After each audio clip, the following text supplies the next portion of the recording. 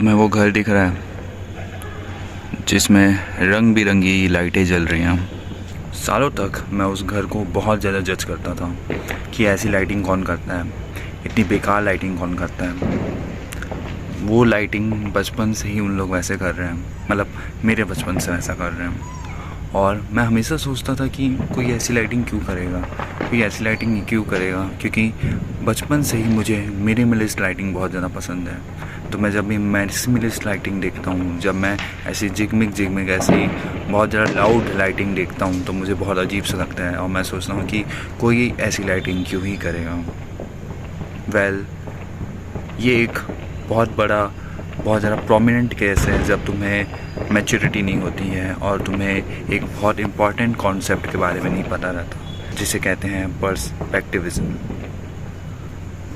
ये कॉन्सेप्ट कहता है कि there is no one truth. तुम्हारा ट्रूथ यूनिवर्सल ट्रूथ नहीं होता, किसी का भी ट्रूथ यूनिवर्सल ट्रूथ नहीं हो सकता, ना ही है। हर किसी का ट्रूथ अलग अलग रहता है।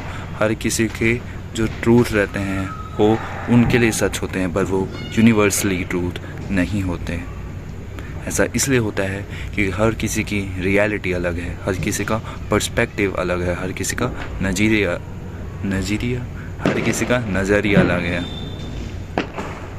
इसको समझने के लिए तुम एक एग्ज़ाम्पल ले लो कास्टिज़म का।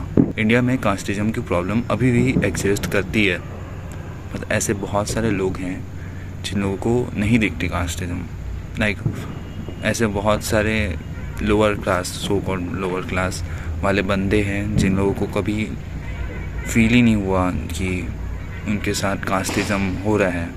और ऐसे बहुत सारे अपर कास्ट वाले भी लोग हैं जिन लोगों को ऐसा लगता है कि नहीं, हमने भी कभी किसी के साथ कास्टिज़म नहीं किया और हमने कभी देखा भी नहीं, बट वो उनकी रियलिटी है, वो यूनिवर्सल, वो पूरी इंडिया की रियलिटी नहीं हो जाती। मेरे एग्जाम्पल में भी शायद तक वो ओनर, जो हाउस का ओनर है, उसको पसंद है ऐसी लाइटिंग करना, उसको अच्छा लगता है जिगमिग ऐसी लाउड लाइटिंग, उसको फेस्टिवल टाइप सा लगता होगा। उसके बचपन में उसके माँ बाप वैसी लाइटिंग करते होंगे, तो इसलिए उसको वैसी लाइटिंग पसंद होगी। और ये चीज़ तुम तभी सीखोगे जब तुम्हें ये कॉन्सेप्ट समझ में आएगा कि तुम्हें जो चीज़ पसंद है वो ज़रूरी नहीं है हर किसी को पसंद हो। तुम्हारा जो ट्रूथ है वो ज़रूरी नहीं है हर किसी का ट्रूथ हो। तो इसलिए तुम्हें रियलाइज़ करना बहुत ज़्यादा ज़रूरी है कि जब भी तुम किसी को जज कर रहे हो जस्ट बिकॉज कि तुमने उसको एक अजीब सी सिचुएशन में पा लिया, या तुम उसको उसके लुक्स के वजह से जज कर रहे हो, या वो जिस पर्सन को डेट कर रहे हो उसके वजह से उसको जज कर रहे हो, या वो अभी जो करंट सिचुएशन में फंसा हुआ है उसके वजह से उसको जज कर रहे हो।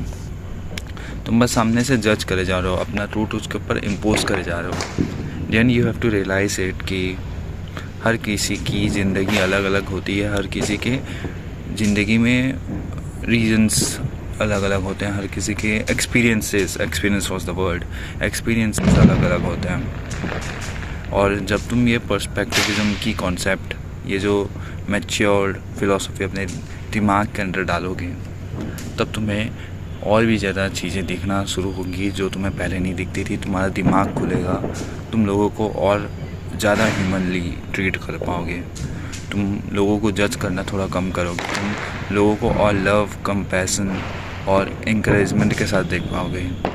तुम और भी बहुत अच्छे इंसान बनते जाओगे, ये जब तुम पर्सपेक्टिविज़म की कॉन्सेप्ट अपने दिमाग के अंदर डालोगे।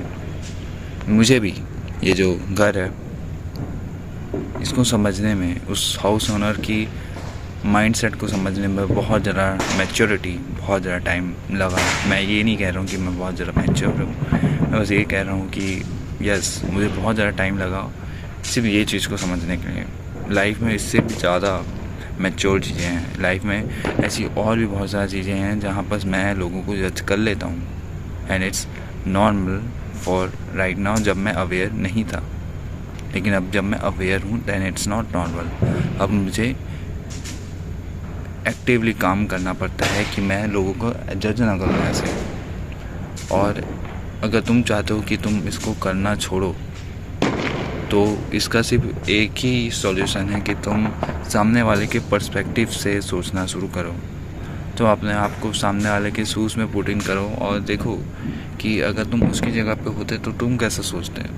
तुम ये सोचो कि उसका बचपन कैसा गया होगा, उसकी जो ये करंट सिचुएशन है, उसके जो करंट एक्शंस हैं, वो कहीं ना कहीं उसके बचपन के पर्सपेक्टिव, वो बचपन के एक्सपीरियंस से ही इन्फ्लुएंस हुए हैं। वो आउट ऑफ द नोवेयर कहीं नहीं आए। तो you have to start doing that. पता नहीं मैं ये वीडियो क्यों बना रहा हूँ, मुझे बस मन किया, मैंने वो लाइटिंग देखी आज ही हुई है तो मुझे याद आया कि यार मैं बचपन में वो ये लाइटिंग वाले घर को जज किया करता था। तो मुझे लगा कि पर्सपेक्टिविज्म का इससे अच्छा एग्जांपल क्या ही होगा। आई होप मैं तुम्हें अच्छे से समझा पाया हूँ, जो कि मैं नहीं समझा पाता हूँ, मुझे पता है। अभी तो बहुत टाइम है मुझे एक अच्छा कम्युनिकेटर बनने में, एक स्पीकर बनने के लिए, एक अच्छे नरेटर के लिए। तो तब तक के लिए इससे कोप कर लेते हैं, इससे ऐसे ही रहने देते हैं, धीरे धीरे सीखेंगे। 90 डेज़ आपके पास, 90 डेज़ में से हमने 19 दिन, ओह यस मैं तो बोलना ही भूल गया, welcome to the day 19 of the winter arc.